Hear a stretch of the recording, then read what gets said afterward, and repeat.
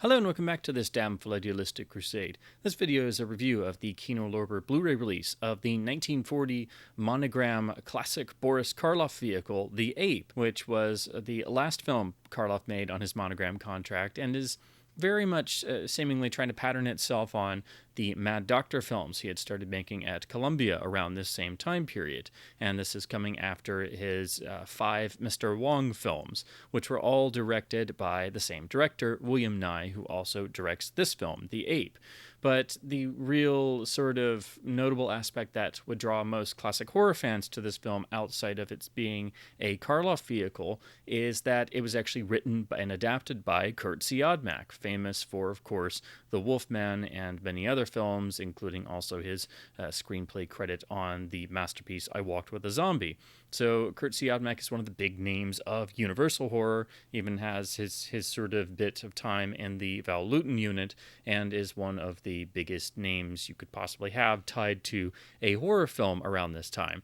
Well, this is also Monogram, so in terms of what to expect, this is very much a B programmer made extremely quickly and rather cheaply. So the runtime is literally only 62 minutes, and the plot setup is extraordinarily simple. We have essentially an ape that escapes from a circus and is on the loose, and just happens to be in a town or around a town where Karloff's character, this older scientist gentleman who would be kindly if he didn't seem like a sort of menace to the small town around him, has been experimenting on all kinds of small animals by trying to essentially get their spinal fluid, because he's essentially trying to work on a unauthorized cure attempt for polio and or other diseases. So he has great ideals, and he's trying to also sort of rebuild the career reputation of his that was destroyed many years before, and he's now kind of just hiding out in this small town, and basically all of these smaller animals wind up disappearing, while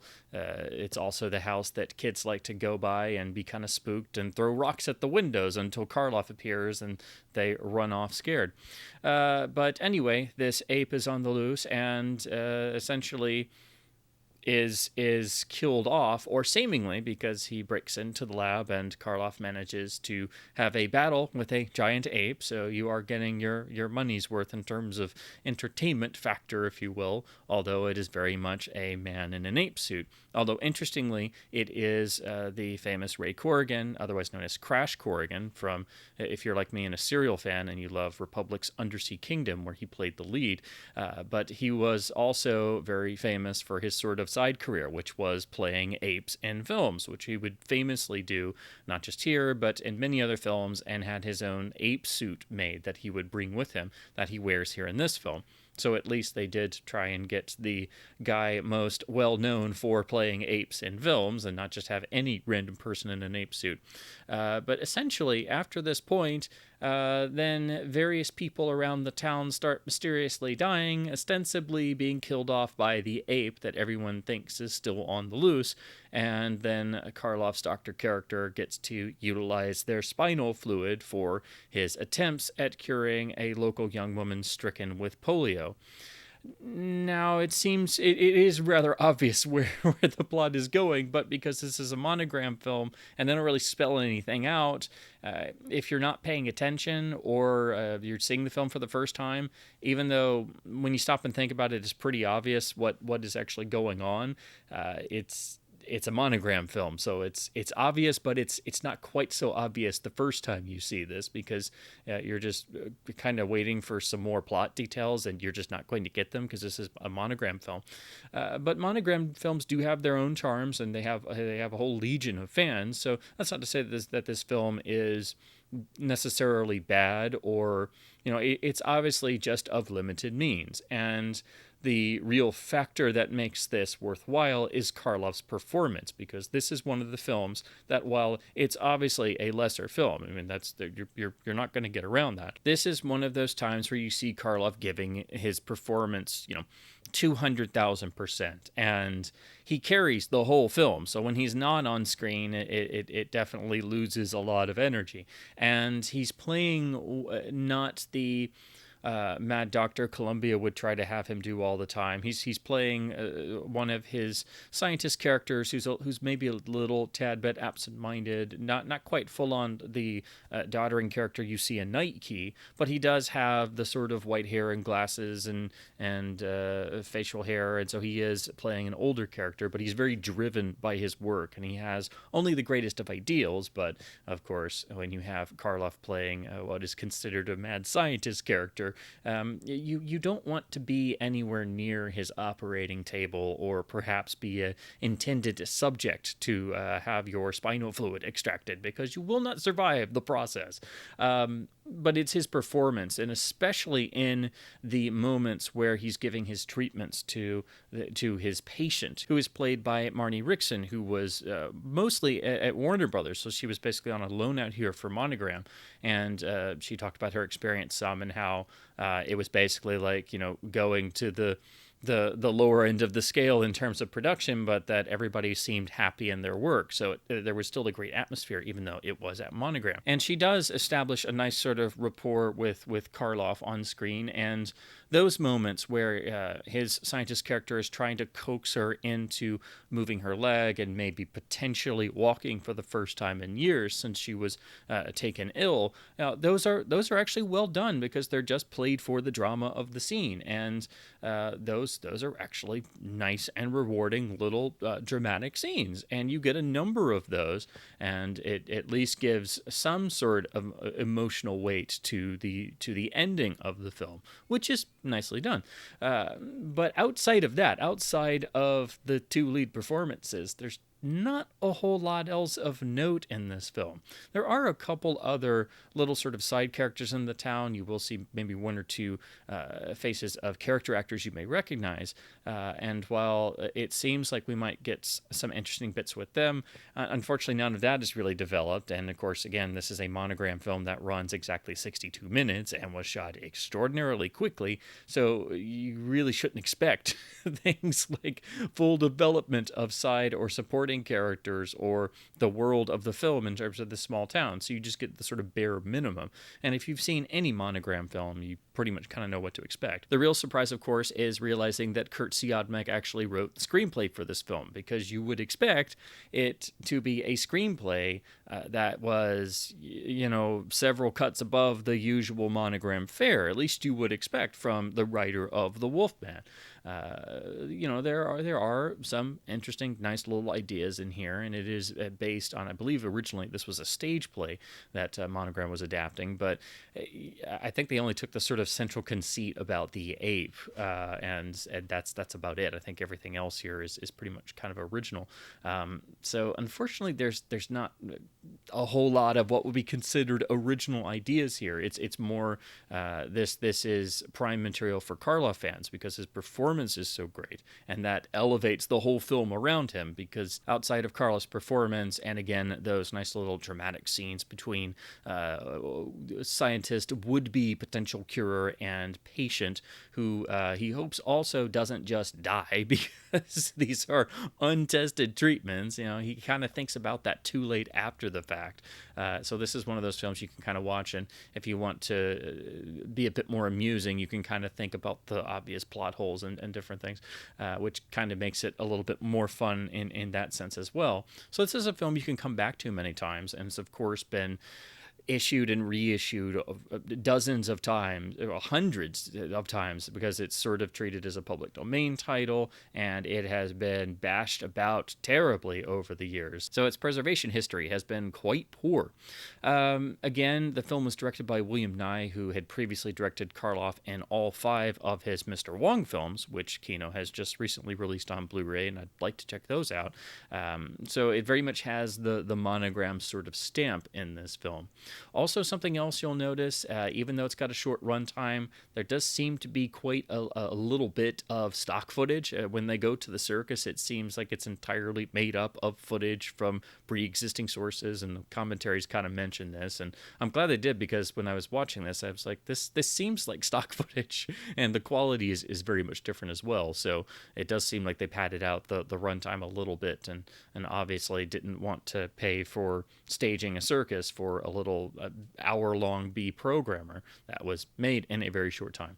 So again, there's a charm to Monogram films, but don't go into this expecting a sort of unheralded 1940s horror classic because you've got Karloff and Curt Siodmak with the screenwriting credit, because you're not going to get that here. What you are going to get is a top-tier, fully invested Karloff performance that is better than the film that it's in, and it's a film you wish that it was better. But it does have a charm to it, and it's still solid enough, and it's over so quickly that it's just over an hour that it doesn't overstay its welcome. You just wish there was more dramatic meat on the bones, if you will, there, because there's not a whole lot, and it's all in Karloff's character, and his performance is so complete that it really warrants having a better film surrounding that performance. So I do think this is a much weaker film when compared to the Columbia Mad Doctor films, even though I think one of those is a lot lesser than the others. I really enjoy those, and I think they're overall very underrated. And if you were to compare any of the Columbia films to Karloff here in The Ape, it's very obvious that even though the Mad Doctor films were B programmer films, they're at Columbia and not Monogram, and they also have much stronger scripts. So, and then Karloff would also bounce over to Universal at this time and do a couple more films like the very underrated Black Friday, which is a bit of a sort of attempt at Universal doing a Karloff Mad Doctor type film. So it's interesting to look at both Karloff and, of course, Bela Lugosi's vehicles at what would be termed Poverty Row, and there's such a charm to them, and the more you see them, the more that they earn this sort of endearing quality that you can return to them even just for Karloff and Lugosi, and that gives them a certain special quality that they otherwise wouldn't have.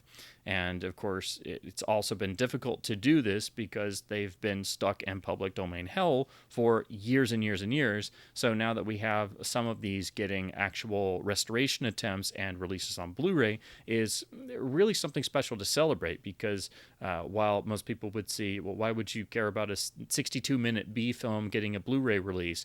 Well, it's because, have you seen a version of The Ape before on home video? Because if you have, chances are it looked and sounded like absolute garbage, because these films have been treated horribly. And unfortunately, the elements that survive still make it really hard to do any sort of full-scale restoration. So this is one of those attempts that's very much the best we can possibly do with the elements that survive scenario. So to talk about the picture and sound quality, this is credited as a 2K scan and restoration, or I should say preservation project with the Library of Congress. And it actually opens with a BBFC rating card. So it seems to maybe indicate that perhaps the bulk, if not all of this, came from a British source print. So that may explain why they were able to at least finally find something that did have higher quality than what we're used to.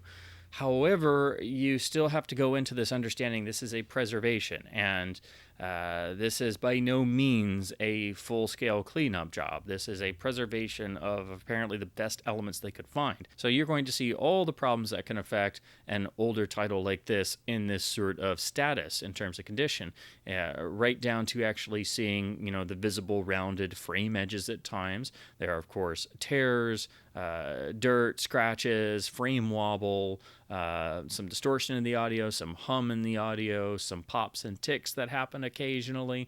I mean, it is what it is. It's this type of preservation attempt of just at least preserving the best element or mix of elements that anybody can find. And again, this is the Library of Congress putting their efforts in. And if the Library of Congress can't find a better source, then this is the best I've ever seen. So that definitely tells you, if you've never seen this film before, just how bad off it is in terms of its preservation status. So this is very much like what we see on the other Karloff and Lugosi Poverty Row vehicles that Kino has released on Blu-ray from similar preservations, usually with the Library of Congress as well. Things like I reviewed on this channel, the wonderful film The Death Kiss, which is similarly affected, but it's the best that film has ever looked and sounded since its original release, because it's been stuck in public domain hell. They've done a number of Lugosi vehicles, like the Devil Bat and Invisible Ghost, which unfortunately went out of print, and I missed that one. So for Karloff and Lugosi fans and classic horror fans who enjoy the Poverty Row horrors, these are nice little treasures of Blu-rays, at least resuscitating these films from being stuck in public domain hell in terms of just crap releases from the worst possible sources and just atrociously bad transfers. This Roan LD set is one of the only good, solid, official Laserdiscs of some of these films, and then some DVDs have been made that were at least better than others, but still based on extremely compromised sources. So in spite of there being heavy wear and tear visible in both the picture and sound on this release, this is without question the best it has looked and sounded in terms of, unless you saw this on the original run, on an original print, you've probably seen this before looking like absolute garbage on video. So at least this is a preservation attempt, and far and away better than anything we've seen before for this film on video. But do keep in mind, it is unfortunately extremely limited due to the actual elements that survived. And another note, as I said about the circus footage seeming like it was stock footage, when you get to those scenes, it literally jumps to dramatically lower quality, which of course indicates that this was dupe or stock footage just literally shoved into the film, and obviously from a different source, so it itself is of lesser quality, which makes it stick out even more that they just stuck this footage in there because they just had this circus footage, and they're like, we'll just put this in here and nobody will notice. Well, it is pretty obvious. So yes, you're going to see everything in this transfer.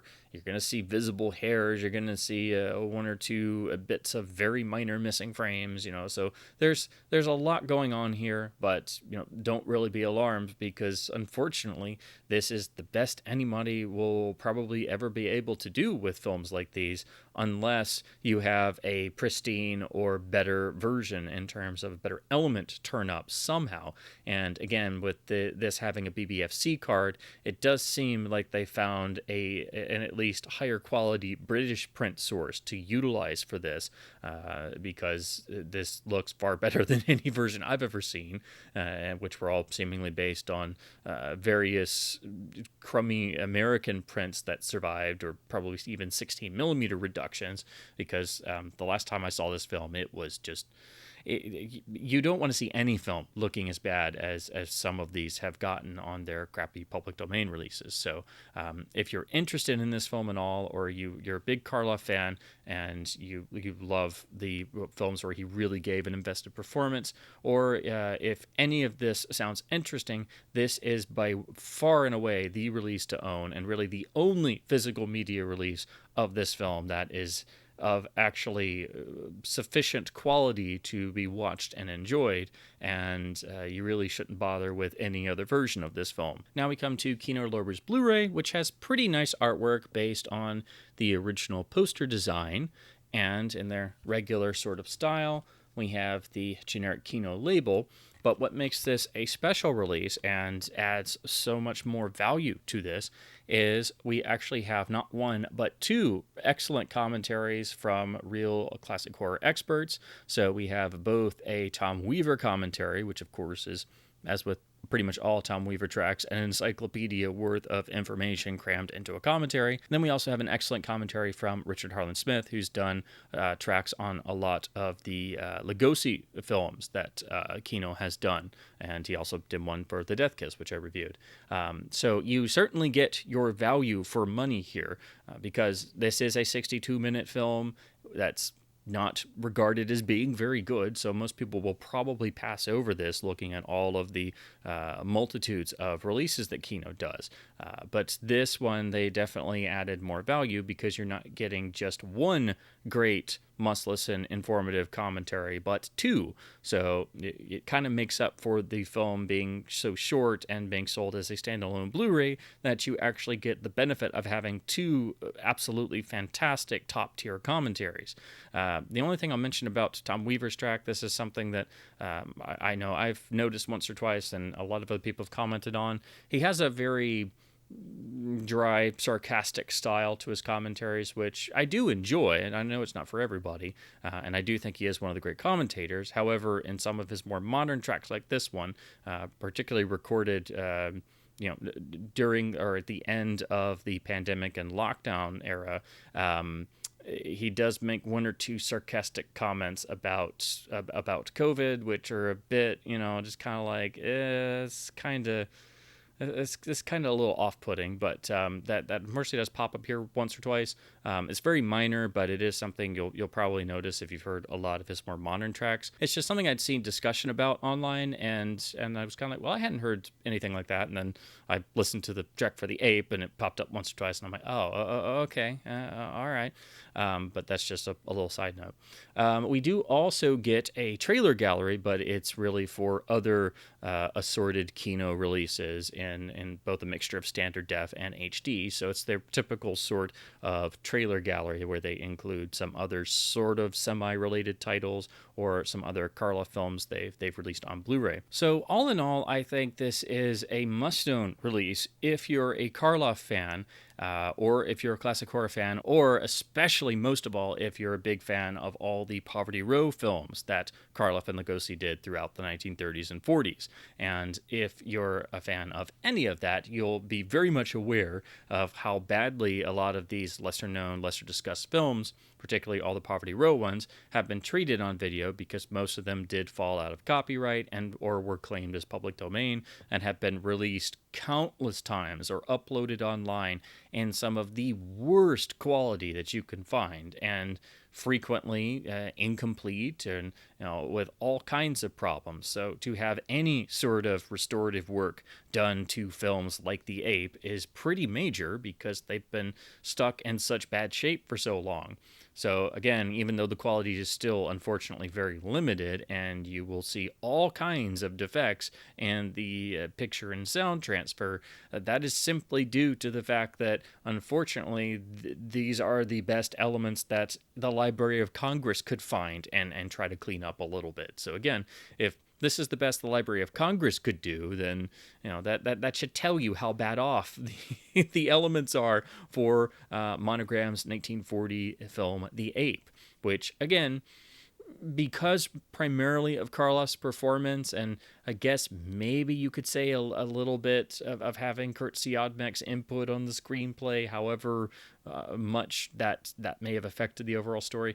There is some nice drama in here. There are some at least visually interesting moments around the small town at night in terms of the overall photography. It just has some moments and elements to it that do seem to kind of elevate it over your typical sort of Monogram programmer, and unfortunately not enough to really make it a really good film, but there's really good stuff in there, and it's pretty much all down to just how committed Karloff is here in his performance, which you wouldn't necessarily think that he would have been in a Monogram film, but he gives it his all here. And when you have Karloff giving it everything he has, he could be reading the phone book and you'd be, just hooked in on every syllable of him just reading phone numbers.